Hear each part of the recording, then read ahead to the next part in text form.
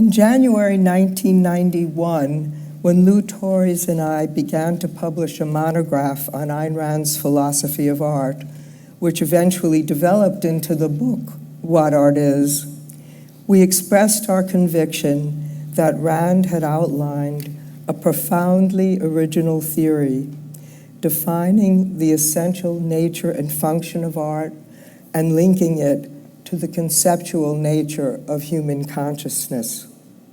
As we noted, her theory had had little impact, however, in part because no serious scholarship or commentary had been devoted to it, even by her philosophical disciples. A major factor in that neglect was Rand's idiosyncratic pronouncements regarding particular works and styles of art. Even for her keen admirers, such dicta were lamentably off-putting, as Barbara Brandon poignantly documented in The Passion of Ayn Rand. They had the effect of discouraging anyone with substantial knowledge about and interest in art from delving deeply into Rand's aesthetic theory. My purpose here, therefore, as in prior work by Lou and me, is to show how the basic principles of Rand's theory can be reconciled with a much broader experience of art than her often narrow personal dictates suggested. To begin, I'll briefly summarize what I view as the essence of Rand's theory. It is her thesis that humans create art because of a deep psychological need, both cognitive and emotional, to give concrete, external form to our inmost ideas and feelings about life and the world around us.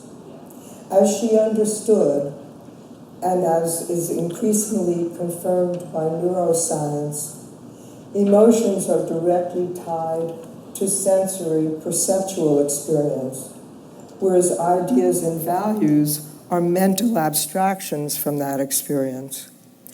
Without external embodiment, such abstractions remain vaguely unreal, detached from our emotional life.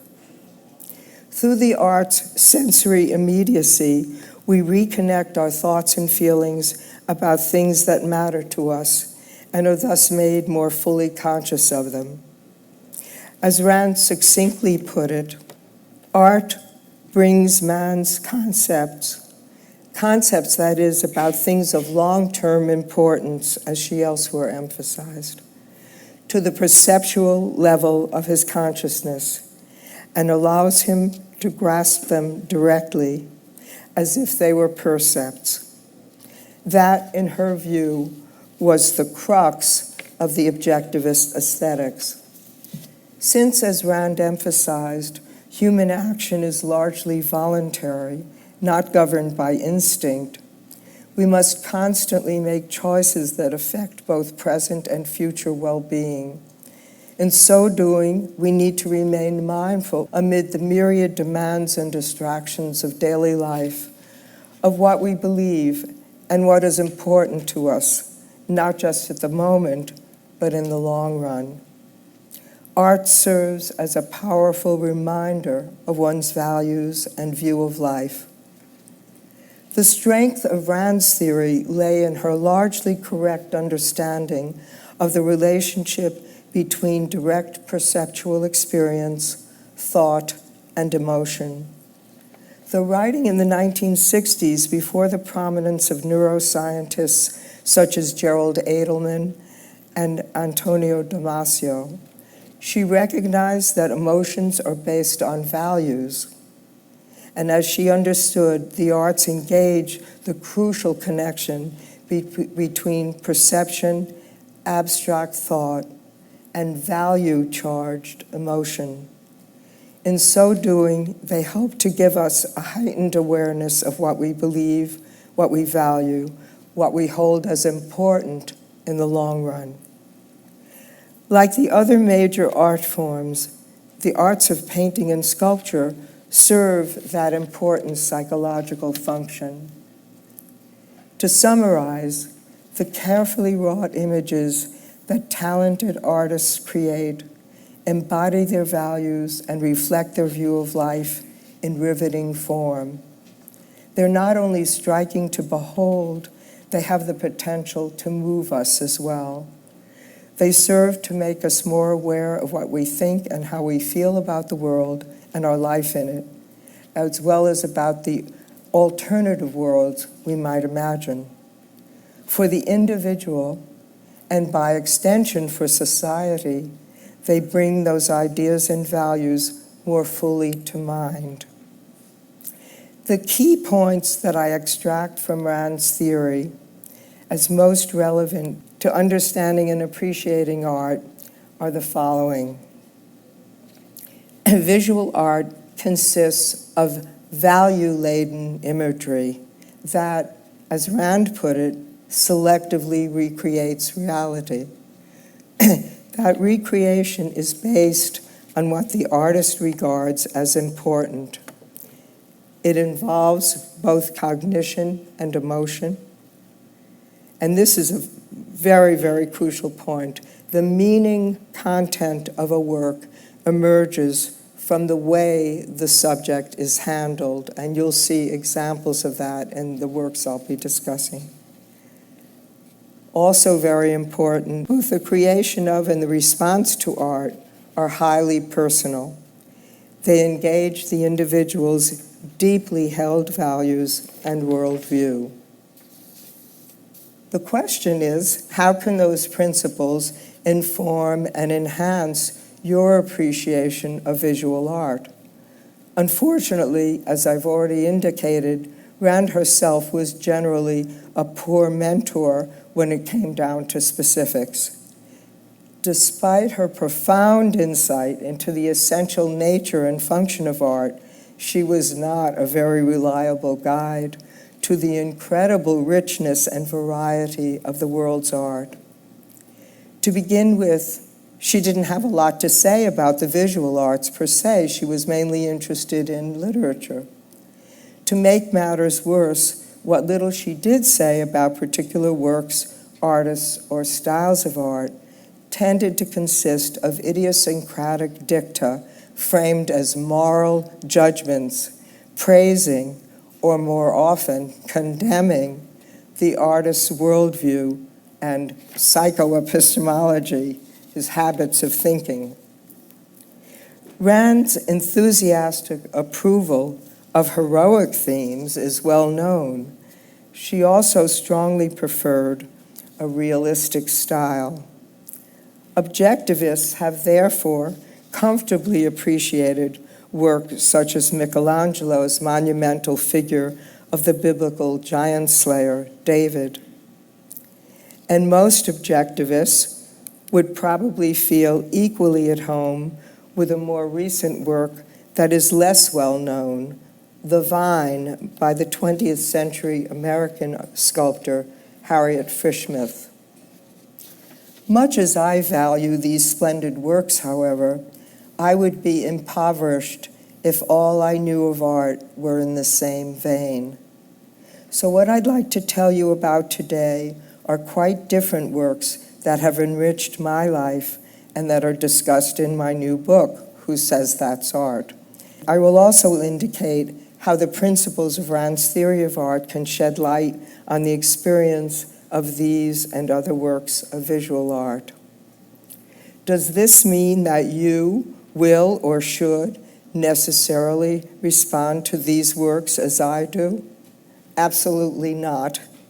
As Rand rightly emphasized, the response to art is deeply personal and highly subjective. What I do hope is that my examples may suggest to you new ways of looking at art that may enable you to find your own new pleasure in previously unexpected places. Since Rand was particularly scathing in her denunciation of medieval art, I'll begin with a work from the early 13th century that I have loved from the first moment I saw it. It is the sculptural group of Abraham and Isaac from a portal of the great French Cathedral of Chartres. And it's these figures here. These are other Old Testament patriarchs. The subject is one of the most controversial passages of the Old Testament. God's apparent testing of Abraham's faith by commanding him to sacrifice the beloved son of his and Sarah's old age. Most depictions of this scene show the pair in the terrible moment when Abraham is about to sacrifice Isaac on the altar, as in this much later example by the Italian painter Caravaggio. But the unknown Chartres sculptor depicts the pair at a moment of rest. Trustingly, they gaze upward toward the angel sent to stay Abraham's hand. Abraham's hand is holding, but not brandishing, an axe, ready to slay Isaac, whose feet are bound for the sacrifice. Just how beloved Isaac is, the sculptor touchingly conveyed by Abraham's gentle caress of the boy's head. That simple sign of paternal affection has long been for me an unforgettable gesture, made all the more striking amidst of the austere patriarchal figures surrounding it. Also notable in contrast to many later interpretations of the biblical narrative, Isaac is depicted as a slender young boy, not yet fully grown, which adds to the poignancy of the scene. Finally, two ingenious compositional devices complete the story with great economy in the confined architectural space. The angel who saves the day appears in the sculptured canopy, as I said, right up here, above the head of the adjoining figure, while the ram for the sacrifice is on the pedestal supporting Abraham and Isaac. An equally touching depiction for me is this work from the late medieval, early Renaissance period, an early 15th century Virgin and Child by the Burgundian sculptor Claus de Verve. If you visit New York, it's in the Metropolitan Museum, and I would urge you to see it in person. The tenderness of this monumental yet intimate work is evident, even to a young child, as I discovered with my then about 3.5-year-old granddaughter on one of our first museum visits together. When we paused to look at it, and I told her it is one of my favorite works, she studied it for a minute and then said softly, "That's sweet." As indeed it is, though the nuns for whose convent it was created would have understood it as alluding to Christ's sacrifice, prophesied in the text the child ensconced in the Virgin's lap points to. Like the Abraham and Isaac and other works of religious art, however, it can be experienced and appreciated on a simply human level, without necessarily embracing its specific religious or theological implications. Rand herself rightly emphasized that complex works of art can be understood and appreciated on more than one level, and that principle is surely true of these religious sculptures. In any case, there is surely quite a lot more to these works than what Rand had dismissed as medieval art's, quote, deformed monstrosities and gargoyles as its only reflection of man's soul, close quote. What is important to bear in mind with regard to the examples I've just shown is the principle that we respond to art based on the values we perceive embodied in it. Heroism and physical beauty are significant values, but human tenderness and affection, as expressed in these works, are also values worthy of our attention. So too, old age can be represented as an aspect of life worth reflecting on. In this loving portrait of the painter's elderly father, entitled The Writing Master, for example, the 19th century American artist Thomas Eakins has represented more than simply an old calligrapher at work.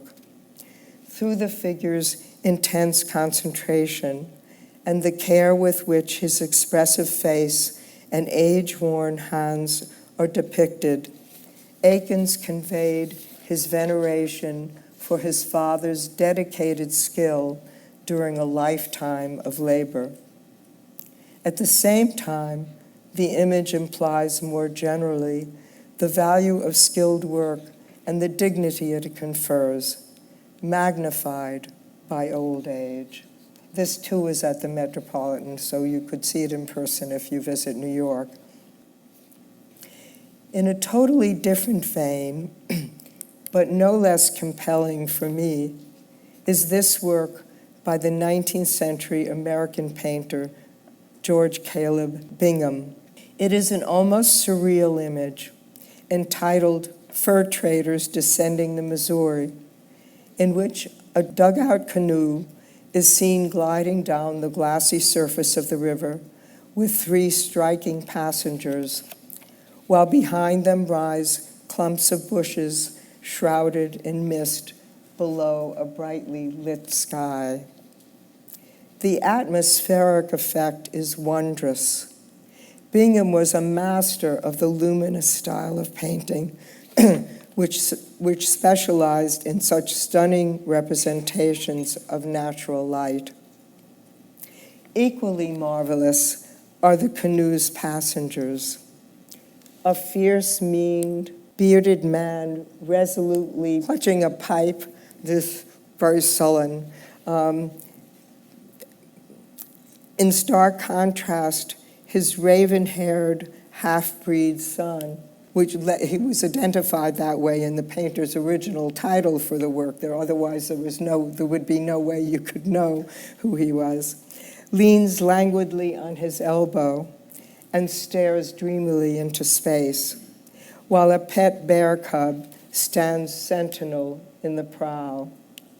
Looking in outline more like a large cat than a bear, the cub resembles images of the sacred cat of ancient Egypt. It thus forms a mysterious formal punctuation point in Bingham's intriguing composition, whose poetic effect is doubled by reflection in the glassy water. Other scenes of man immersed in nature that have endlessly delighted me are from a justly renowned series of paintings on the theme of the seasons by the 16th century Flemish artist Pieter Bruegel. Of the 5 surviving panels, Hunters in the Snow, shown here, and The Haymakers or Harvesters, there, present the most arresting contrasts of nature. From the cold gray light of the snowbound winter landscape through which returning hunters trudge, to the golden heat of late summer, in which peasants make hay while the sun shines. Both splendidly composed panels offer a deep view to the horizon beyond the narrow confines of peasant life. It's especially noticeable in the winter scene, as if to suggest that the world is a much larger place than that occupied by these simple folk. And yet Bruegel takes care to show their lives in vivid detail, whether at work, at play, or merely in repose. Nature is a major player in his scenes, however, not a mere backdrop for its human inhabitants. Ayn Rand's favorite painter was the Dutch master Johannes Vermeer, whom she regarded as the greatest of all artists. She admired him, she wrote, for his brilliant clarity of style, but she mistakenly claimed that he devoted his paintings to a single theme, light itself. That is an astonishing claim, especially coming from Rand, in view of her own principles of art, as well as her correct emphasis on the contextual nature of cognition. She should have known better than to suggest that an abstract property such as light could be a work's single theme. In other words, the essence of its meaning. To my mind, her claim falls into the same error as that of modernist critics who say of abstract work that it's about color or about energy. Given the nature of cognition, which Rand so well elucidated, such properties are meaningless absent a context. To make matters worse, Rand derisively characterized Vermeer's subjects as the folks next door to kitchens, and she wished that he had chosen better subjects to express his theme. That view was not only uninformed, it was wrong-headed. Because Vermeer's subjects had little meaning for Rand, she mistakenly assumed they also had little meaning for him. A wonderful exhibition devoted to this work at the Metropolitan Museum a few years ago provided considerable insight into the work's probable meaning. I say probable because no direct documentary evidence on the work is extant. The show's excellent curator, Walter Leakey, whom I will pause briefly to memorialize. He was one of the people killed tragically in the commuter train crash outside of New York earlier this year, and it was a terrible loss to the art world. Leakey necessarily relied on stylistic, compositional, and iconographic features to evaluate the work in relation to Vermeer's total oeuvre and interpret it within a broader cultural context. By comparing The Milkmaid to contemporary and earlier works dealing with similar subject matter, he illuminated the significant ways in which Vermeer transformed existing prototypes, both stylistically and iconographically, and he thus shed light on the work's likely intent. As Leakey documented, images of milkmaids and kitchen wenches in Dutch and Flemish art had long had erotic associations, often indicated with vulgar explicitness, as in the youth's leering expression, lascivious, and his extended middle finger here, and the wench's dramatic emphatic skewering of a chicken. Since Vermeer was undoubtedly familiar with that tradition, the ways in which he departed from it are probably significant. In notable respects, he elevated the theme. He not only avoided crudely obvious iconography, he also simplified and focused the composition to enhance the maid's dignity and importance, omitting any companion. Her sculpturesque figure is almost monumental in effect. At the same time, he endowed her pensive face with a psychological depth and subtlety of expression totally new to the theme.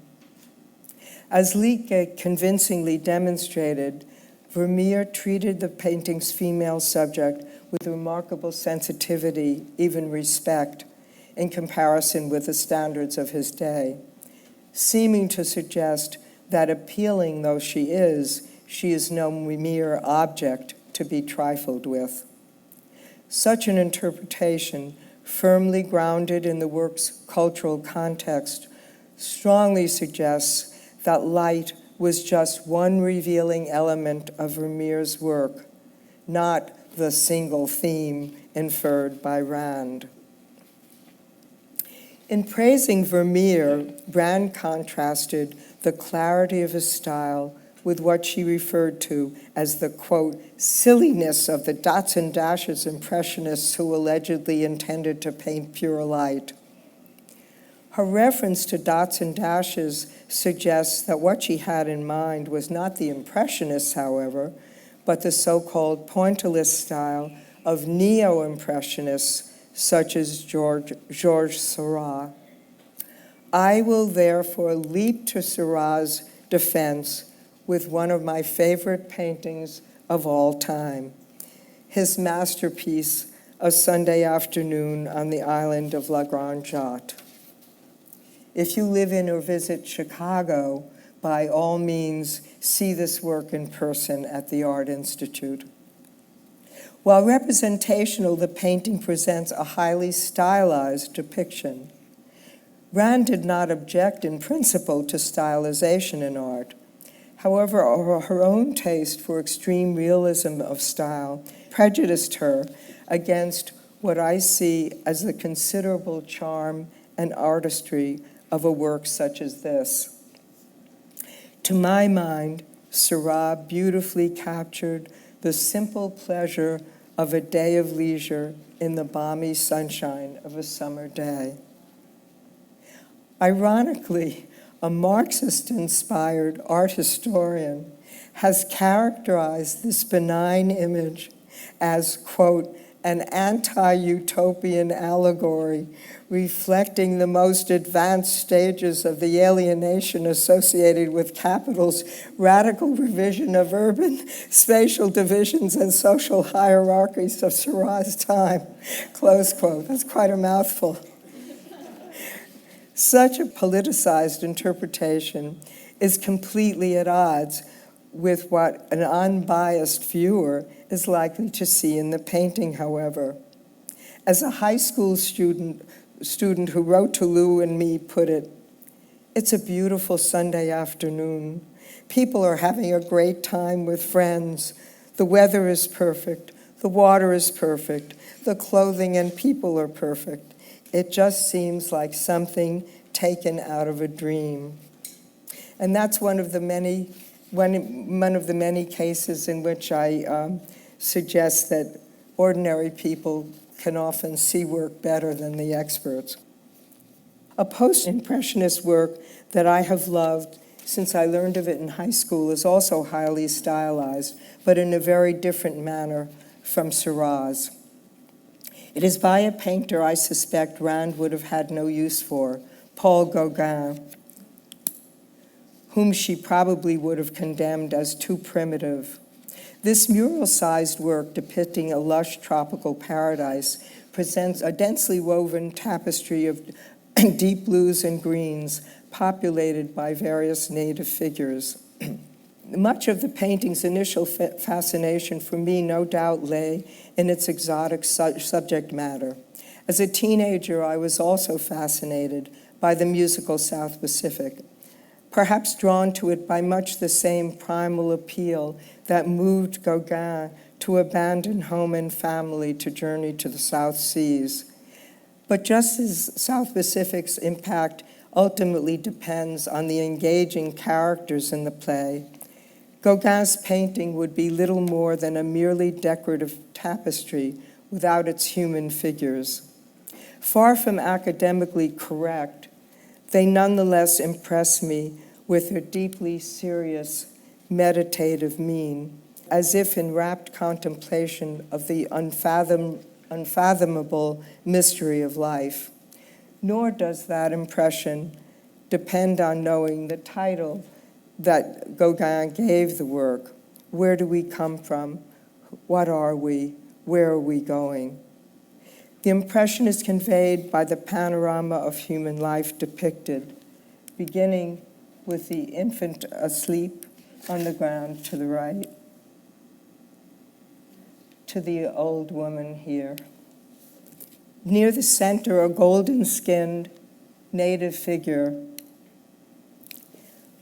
plucks fruit from a tree, while to the left, a seated child eats a similar piece of fruit, an allusion to the tree of knowledge in the Garden of Eden. Presiding over this Eden in the middle ground to the left is the boldly frontal figure of a Maori idol, a looming, eerily blue, ghost-like apparition that adds to the aura of mystery. Characteristically, Gauguin simplified and stylized the figures, flattening them and demarcating them with sharp outlines from the background. Yet he managed to capture the essence of meaningful pose, gesture, and facial expression in each, endowing the main figures with a palpable dignity. The resulting image is, for me, not only gorgeous on a purely sensuous level, but profoundly significant as well, a combination that is the hallmark of Gauguin's eccentric genius, what was never before or after achieved by him on such a scale. A more recent work that I am moved by is Christina Olson by the American realist painter Andrew Wyeth. In all likelihood, Ayn Rand would have approved of its crisply realistic style, but might have criticized it as expressing a malevolent universe premise. I see it quite differently. The subject of the painting is the reclusive maiden neighbor who a year later inspired Wyeth's more famous image, Christina's World. Seated here in profile on the sill of an open doorway, she gazes out into the brilliant sunlight, which casts sharp angular shadows behind her. Her frail figure is subtly misshapen, owing to an undiagnosed congenital disorder that had severely crippled her. Her slender form is dwarfed by the scale of the weather-beaten door she leans against. Yet this homely woman seems to me almost regal in her upright bearing and quiet repose, an effect that Wyeth enhanced by projecting the bold triangle of shadow from the back of her head to the floor. I see it as an image of great dignity, eliciting empathy and respect rather than pity. Moreover, as I've only recently learned from biographical information about Wyeth, that is exactly what he intended. What drew him in friendship to this physically marginalized woman, what he saw as her essence, was not her deformity, but her dignity, her fierce self-reliance in the face of extreme physical hardship and material deprivation. Aren't those values and virtues that any objectivist ought to appreciate?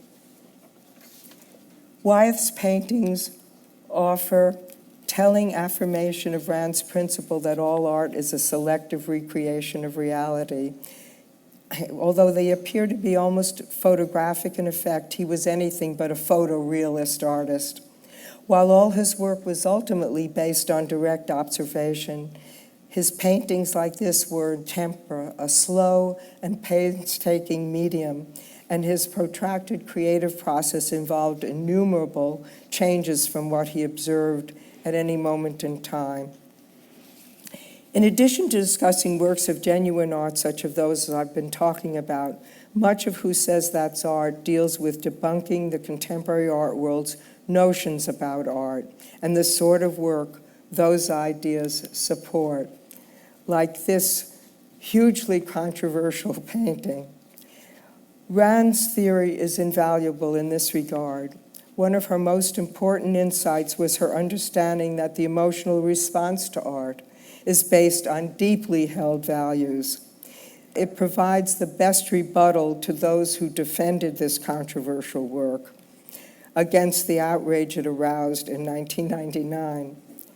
It presents a highly stylized image of the Virgin with cartoonishly exaggerated negroid facial features, an aspect that was little noted at the time but undoubtedly contributed to the public's negative response. Aspects that were cited as offensive included most notably a clump of elephant dung out of which a breast was fashioned, as well as images of genitalia from pornographic magazines that surround the figure. When Mayor Rudolph Giuliani learned that the work would be included in the now notorious Sensation exhibition at the Brooklyn Museum, he threatened to withdraw municipal support for the museum, saying, "You don't have a right to government subsidy for desecrating someone's religion." He further declared, "The idea of having so-called works of art in which people are throwing elephant dung at a picture of the Virgin Mary is sick." The artist, Chris O'Feely, who happens to be a practicing Catholic, defended his work by explaining, "As an altar boy, I was confused by the idea of a Holy Virgin Mary giving birth to a young boy. Now when I go to the National Gallery, I see how sexually charged the images are. Mine is simply a hip-hop version." And the prominent philosopher critic Arthur Danto defended the piece, observing that the elephant dung was probably not intended to besmirch the image, since O'Feely is of African descent, and Africa is a place where certain magical properties are ascribed to elephant dung. But in so arguing, both O'Feely and his defenders ignored that the response to art is based on deeply ingrained values. In Western culture, any form of excrement, elephantine or otherwise, is generally regarded as filth and defilement. It is therefore quite natural and not at all reprehensible that ordinary Americans and other Westerners responding spontaneously to O'Feely's work found it offensive, nor is it helpful to attempt to talk them out of their response by providing information about the meaning of dung in another culture. Such an argument takes the piece out of the emotional realm proper to art and turns it into a purely intellectual exercise. As I conclude in Who Says That's Art, artists who wish to be understood need to understand their audience's context. One of the most absurd and destructive notions in today's art world is that of so-called conceptual art. It is an entirely spurious category which falsely implies that earlier art did not deal with ideas. In contrast, Rand correctly understood that all works of art, properly speaking, embody ideas. A telling instance of truly and profoundly conceptual traditional art is this image by the 17th century French painter Nicolas Poussin. It's entitled Landscape with the Ashes of Foshee. A narrative painting is dependent for full appreciation on familiarity with ancient Greek history. Yet even without knowledge of its story, the image is visually striking. It represents a perfectly harmonious vista, a serenely well-ordered landscape studded with luxuriant trees and elegant classical buildings. Most of the scene is bathed in warm light from a bright but partly clouded sky. In the middle ground of this sunlit space, diverse figures pursue various pleasures.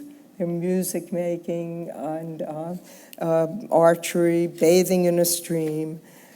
They're apparently oblivious of the two women in the center foreground, who are the focal point of the painting. These figures are cast in shadow, except for a glint of sunlight on the white-capped head and outstretched forearms of a woman kneeling on the ground who seems to be gathering up a pile of ashes. The companion standing beside her turns as if to guard against a possible intruder. Poussin's skillful handling of light, composition, and gesture makes it impossible to ignore these figures. And even if we know nothing of the story they played a part in, one can sense that something important is at stake here. The story behind the image would have been familiar to the educated viewers of Poussin's work, however. Well-versed in ancient history, they would have known that the woman gathering ashes was the widow of Phocion, a virtuous Athenian statesman who had been falsely accused of treachery, sentenced to death, and denied a proper burial. In retrieving his ashes to give them fitting interment, therefore, his wife was heroically defying the state that had wronged him. Armed with that knowledge, we too can grasp the depth of this image. On the simplest and most direct level, it is an embodiment of wifely loyalty and courage. But it may also be read as a profoundly philosophic reflection on a universal truth about human life and suffering. In the midst of what appears to be a perfectly ordered and civilized world, this grieving woman risks death to right an injustice, while others go about enjoying their daily lives, oblivious of her plight.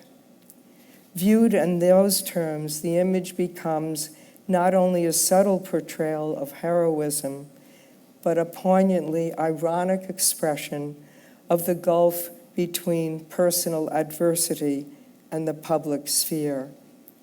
In that light, it is not surprising that when the great Italian sculptor Bernini viewed Poussin's work, he is said to have tapped his forehead and declared, "Signor Poussin is a painter who works from there." All of these works and more are discussed from a more general perspective in Who Says That's Art, copies of which are available in the bookstore and which I'll be happy to inscribe for you. And the book is also available as an ebook. As I mentioned at the beginning, that links to images of all the works are on my website. So although the book isn't illustrated, you have an easy way of accessing all of the images that are cited. So now we do still have a little bit of time left for Q&A. I'm sorry if I ran over.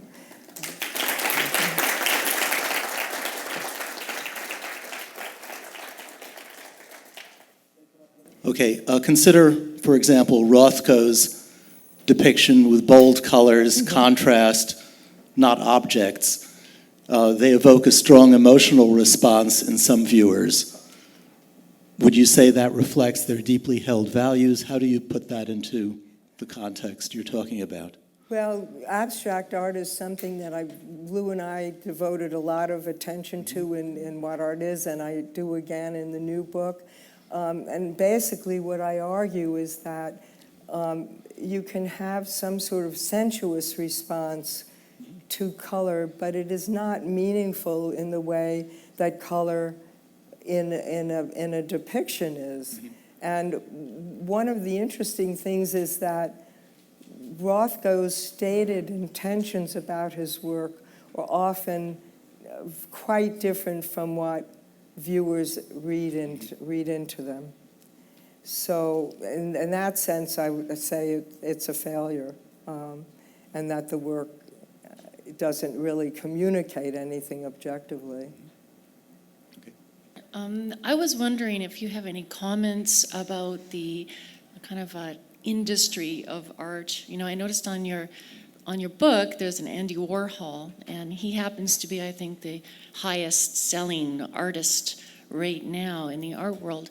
Do you have any comments about why these kinds of artworks can be so highly valued in the marketplace? Oh my goodness, you've asked a very major question, which I deal with in great detail in the book. But simply said, the art world has been driven by a host of cockeyed ideas, and one of the things that I do in the new book is contrast the collectors, the prominent collectors of today, with the great collectors of the past who built the private collections that are now open to the public, the Morgan and the Frick collection and Isabella Stewart Gardner. There's a world of difference between them and between their motivations in collecting. I mean, nowadays, a lot of art collecting is simply a matter of status. These people have absolutely no idea of what they're responding to. But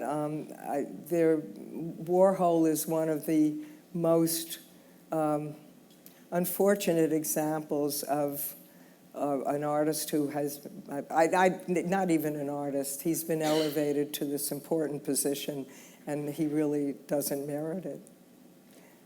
I hope that helps. But there's lots more in the book about it, so I urge you to.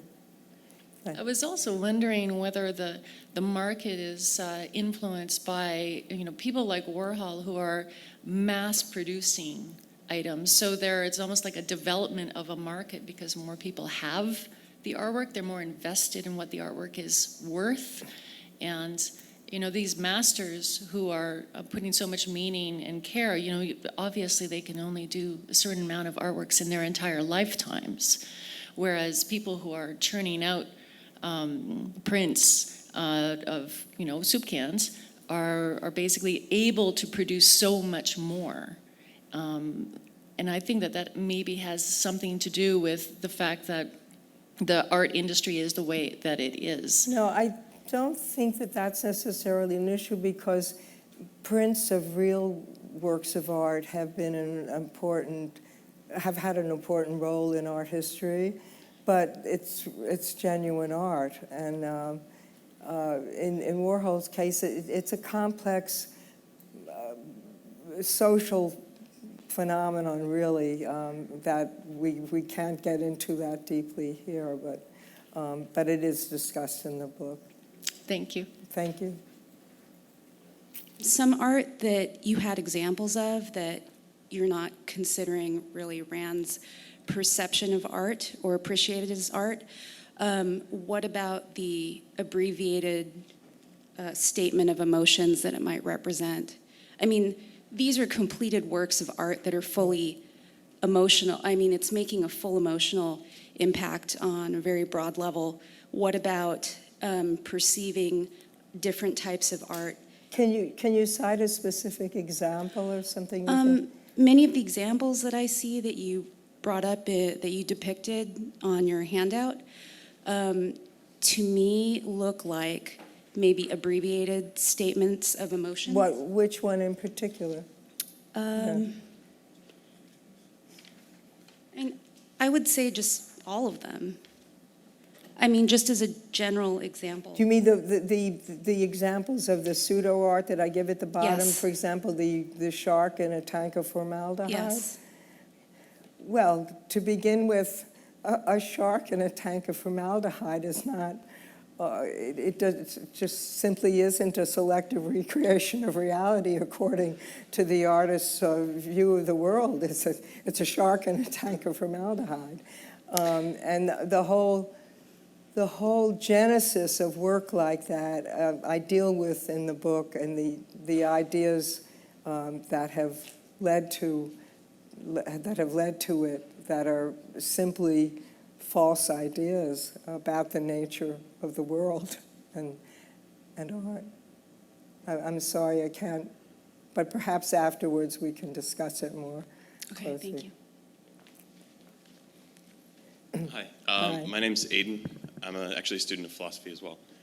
I actually wrote a paper and submitted a talk at my university about the descent of art in the past 4 centuries.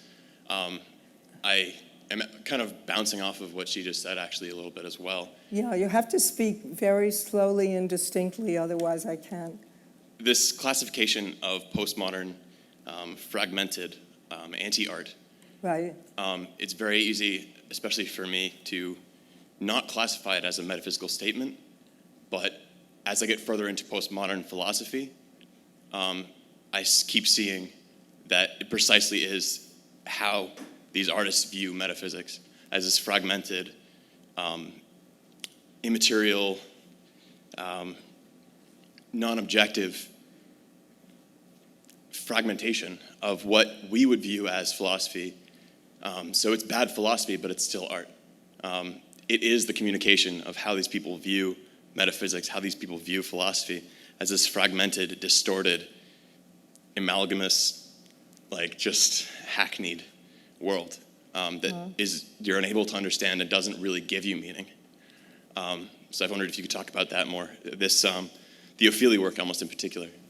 Yeah, I tend to think that although in the background, the relativism of postmodernism is obviously a pervasive factor, and it contributes, for example, to the failure of philosophers to chime in on this issue in any kind of meaningful way. The work that's being done in philosophical aesthetics now is absolutely worthless.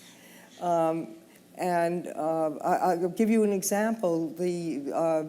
Dennis Dutton, who was a libertarian philosopher and critic, wrote a book on the art instinct, he called it.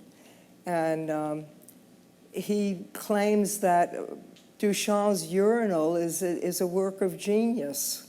So with philosophers arguing like that, you can imagine why things are in such a sham. But on the level of the people creating the work themselves, I think it's a much more ingrown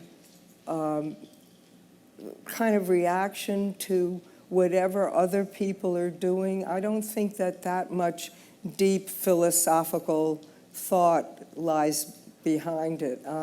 Another example of the damage that philosophers of art had done is that the person who put Andy Warhol on the philosophic map as a serious artist was Arthur Danto, who occupied a chair in philosophy at Columbia University, and he was also the critic of the nation. And he argued that Andy Warhol was making a philosophic statement by creating work that was indiscernible from objects in reality. I mean, it's off the wall, really.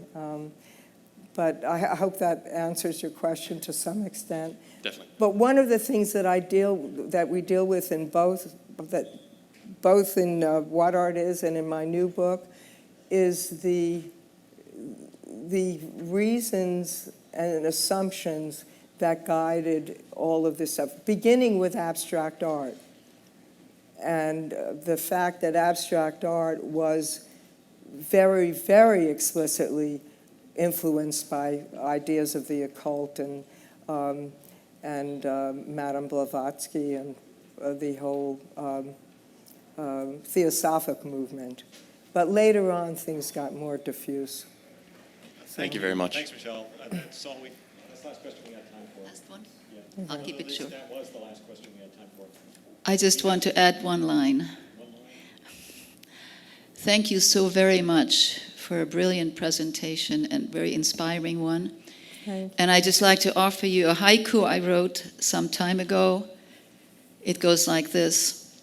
What is art, you ask, in all its forms and splendor? Mind made visible. Thank you. Very good. Thank you so much. That's wonderful, Emily. Thank you. What a wonderful note to end on. That's absolutely perfect. Thank you.